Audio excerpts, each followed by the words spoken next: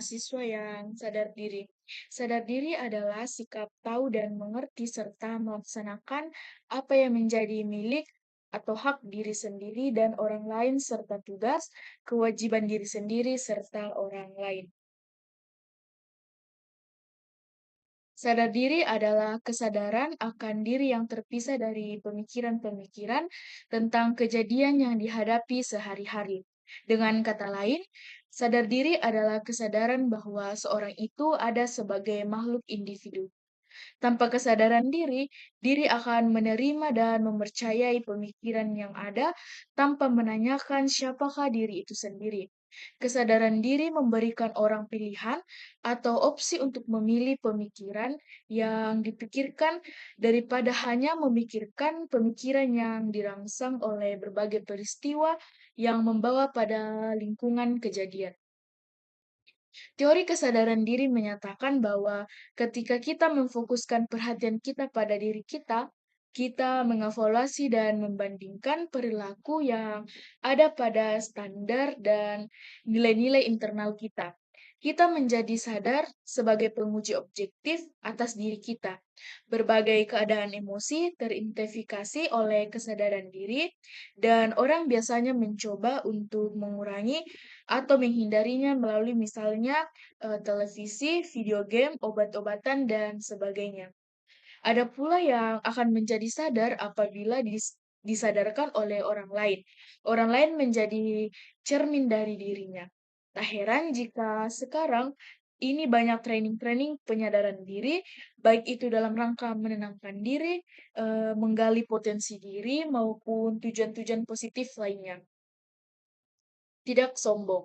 Bersikap rendah hati dan berlaku lemah lembut adalah suatu sifat yang amat penting dilaksanakan dalam pergaulan di masyarakat ramai.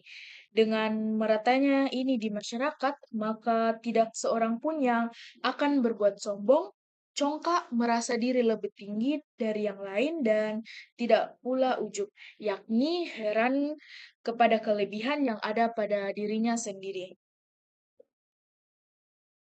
Barang siapa mengenal diri sendiri, ia akan mengenal Tuhannya. Oleh karena itu, bagi manusia yang bagaimanapun sifatnya, kekuasaannya, kekayaannya, kepribadiannya, kecantikannya, jika hidupnya disertai dengan rasa dan perasaan kepribadiannya, ia akan sadar akan kelemahan dan kekurangan dirinya, kebutuhan dan ketidaksempurnaan dirinya. Ia insaf bahwa hanya Tuhanlah yang mempunyai sifat kesempurnaan dan maha kaya, serta maha mengetahui. Ia merasa bahwa makhluk itu mati atau hidupnya itu tergantung pada kekuasaan Tuhan. Mengembangkan kepribadian. Sadar diri ada hubungannya dengan perkembangan kepribadian. Menurut Freud, perkembangan kepribadian adalah proses belajar menggunakan cara-cara baru dalam mereduksikan 4 macam sumber tegangan pokok, yaitu proses pertumbuhan fisiologis, frustasi, konflik, dan ancaman. Menurut Carl Jung, perkembangan psike atau kepribadian menyangkut perkembangan manusia yang kurang sempurna ke tahap yang lebih sempurna. Tujuan yang dikejar dalam perkembangan ini adalah aktualisasi diri. Menurut Adler, tiap orang adalah suatu konfigurasi, motif-motif, sifat-sifat, dan nilai-nilai yang khas. Pengembangan kepribadian sebagai proses belajar atau dalam arti umum melewati serangkaian titik-titik yang merupakan kejadian sebagai penjelmaan pola-pola tingkah laku yang didorong oleh berbagai macam gejolak diri. Kepribadian berubah atau berkembang karena adanya pengaruh pertemuan antara faktor endogen atau kesehatan, inteligensi, dan motivasi, dan faktor eksogen seperti lingkungan, pendidikan, atau sosial ekonomi. Kesatuan sosial.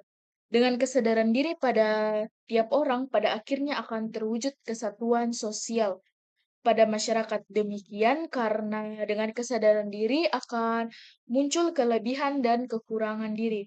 Pada praktiknya, semua manusia itu saling memerlukan satu sama lain.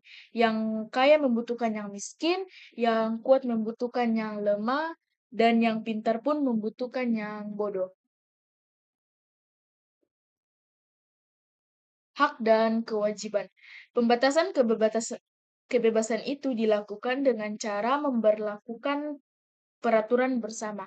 Sebab tanpa aturan yang mengikat, masyarakat pasti akan hancur dan sekaligus menghancurkan pula tiap anggota masyarakatnya. Yang kedua, menjadi mahasiswa yang patuh pada aturan sosial.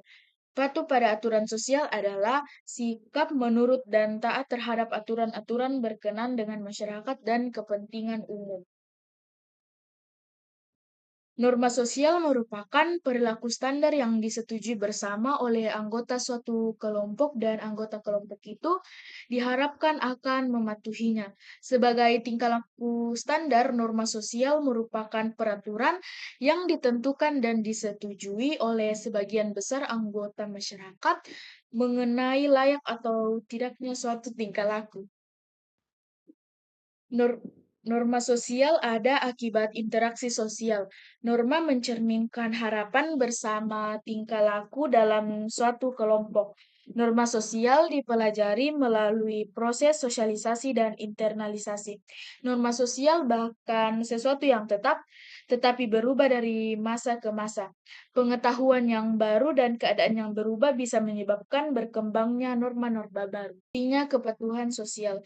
Kepatuhan pada aturan masyarakat memang dapat dimengerti kepentingannya. Kasus yang paling sederhana adalah tentang peraturan-peraturan tatanan dalam suatu perdebatan yang membatasi kebebasan berbicara ketika kita menginginkannya. Tanpa pembatasan ini, kebebasan berbicara dan mengajukan apa yang kita inginkan nyata-nyata akan membuat kacau dan tidak akan bernilai bagi kita. Dengan demikian, ketika peraturan seperti itu dikemukakan, suatu keseimbangan akan muncul dan kebebasan yang dinilai sebagai kurang penting atau kurang bernilai harus berada di bawah kebebasan yang lain. Yang ketiga, menjadi mahasiswa yang santun. Santun adalah sifat yang halus dan baik dari sudut pandang tata bahasa maupun tata perilakunya ke semua orang. Kesantunan memang bisa mengorbankan diri sendiri demi masyarakat atau orang lain. Demikian karena masyarakat atau orang-orang itu sudah mempunyai aturan yang solid, yang setiap kita hanya kebagian untuk ikut saja. Itulah inti bersifat santun, yaitu berperilaku interpersonal sesuai tataran norma dan adat istiadat. Bersih hati. Esensi dari perilaku santun itu sebetulnya hati kita juga, karena perilaku adalah cerminan hati. Jika perilaku itu bermacam-macam, seperti ada yang terpuji dan ada yang tercela, maka hati pun bermacam-macam pula. Ada yang lembut, ada pula yang keras. Oleh karena itu, budi yang tinggi yang jadi sendi kepribadian wajib dipelihara dan dipupuk dengan sebaik-baiknya, agar jalannya pikiran, akal, kehendak, dan perasaan berjalan melalui saluran yang benar dengan berjalan tegak di atas dasar yang hak dan kuat. Kata hati adalah perasaan jiwa yang berfungsi sebagai penjaga dan pelindung seorang manusia. Ia mengajak orang untuk menunaikan apa yang telah menjadikan kewajibannya, melarangnya kalau sampai berlaku sembrono dan menyeleweng, dan ia pula yang akan memberikan nilai dan perhitungan setelah amalannya itu dilaksanakan. Banyak hal dalam hidup hidup ini yang harus kita perbuat atau ucapkan yang harus disesuaikan dengan kesantunan. Demikian karena dengan kesantunan kita dan orang lain akan berbahagia karena apa yang dilakukan itu adalah sesuai dengan harapan. Eh, Kita mesti bersopan santun ketika kita memberi. Jangan sambil menyakiti dan menyebar-nyebar pada orang lain. Demikian sehingga yang diberi pun akan menjadi malu dan sakit hati. Kalau sudah begitu, amal pemberian kita itu sudah tidak ada gunanya, baik di dunia maupun di akhirat. Kesantunan memang masalah hati dan hati inilah yang menentukan santun tidaknya suatu perbuatan dan ucapan. Dan karena hati itu ada pada setiap insan, maka setiap daerah pun mempunyai kesantunan ini. Dalam pergaulan sosial, jangan lupa kita harus mengatakan please pada waktu mengajukan permintaan dan thank you pada waktu menerima apapun, termasuk bantuan kecil atau informasi. Yang terakhir, menjadi mahasiswa yang demokratis. Demokratis adalah cara berpikir, bersikap, dan bertindak yang menilai sama hak dan kewajiban dirinya dan orang lain. Bersifat demokratis dengan demikian memang diperlukan, karena dengan banyak kepala yang berpikir, persoalan yang dihadapi akan terasa ringan di pikiran. Untuk itu, kita memerlukan kesetaraan dari tiap orang, sehingga semuanya mempunyai hak suara dan bicara yang sama. Inilah inti demokrasi. Dengan persamaan hak, kita menyatakan bahwa dalam masyarakat demokratis hanya ada satu kelas warga negara yang setara yang mendefinisikan status umum bagi semua. Posisi persamaan kewarganegaraan ini kemudian didefinisikan bagi semua. Maka secara teknik, seluruh orang dewasa dengan berbagai pengecualian tertentu berhak untuk mengambil bagian dalam politik. Rawls 1999 menyatakan seluruh warga mempunyai akses yang sama, sekurang-kurangnya dalam artian formal atas kedudukan publik. Dalam masyarakat demokratis, setiap orang mempunyai status yang sama dan terjamin ketika mereka bertemu untuk melakukan urusan-urusan bersama dari masyarakat yang lebih luas. Partisipasi setara. Partisipasi merupakan dimensi nilai inti dari proses modernisasi. Dalam partisipasi ini mengandung nilai-nilai toleransi sosial, kepuasan hidup, ekspresi publik, dan aspirasi pada kebebasan. Ini merupakan salah satu prinsip hidup demokratis. Tujuan dari prinsip partisipasi adalah untuk meyakinkan bahwa pemerintah menghormati hak-hak dan kesejahteraan yang diperintah warga negara. Prinsip partisipasi juga berpendirian bahwa seluruh warga mempunyai akses yang sama, sekurang-kurangnya dalam artian formal, pada kedudukan publik. Dalam rangka prinsip partisipasi ini, Rawls menyimpulkan bahwa konstitusi yang adil menyusun persaingan yang fair untuk kedudukan dan otoritas publik. Prinsip mayoritas harus didahului oleh diskusi yang idealnya dilakukan oleh banyak orang.